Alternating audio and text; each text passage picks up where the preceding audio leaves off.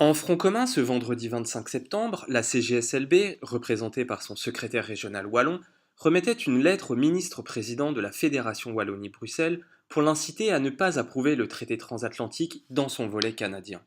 Nous attaquons l'état actuel des traités par rapport à toute une série d'effets néfastes qu'ils ne manqueront pas d'avoir sur nos affiliés en termes de droits sociaux, mais aussi en termes d'abaissement des normes à tous les niveaux, au niveau environnemental et technique.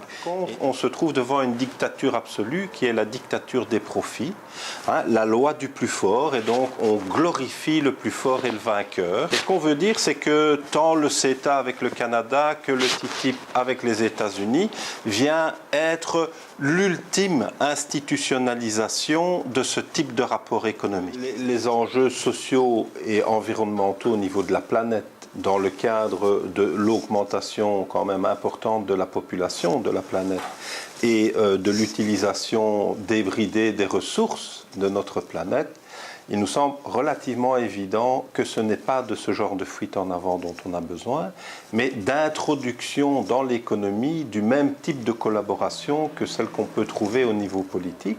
Donc de la collaboration dans l'économie participative, dans les coopératives citoyennes, les circuits courts, l'économie circulaire. Nous devons revoir nos systèmes, nous devons revoir tout le fonctionnement du commerce international et tout le fonctionnement économique.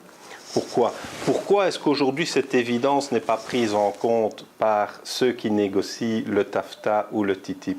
Tout simplement parce qu'ils ne sont pas dans l'optique du bien commun, ils sont dans l'optique de défense d'intérêts, ils sont dans l'optique de donner plus de pouvoir à ceux qui veulent absolument faire des profits déraisonnables. Où le système s'aménage, le système change petit à petit vers le bien-être du citoyen, où il disparaîtra et sera remplacé purement et simplement par un autre. Ça, c'est la loi du genre dans l'histoire.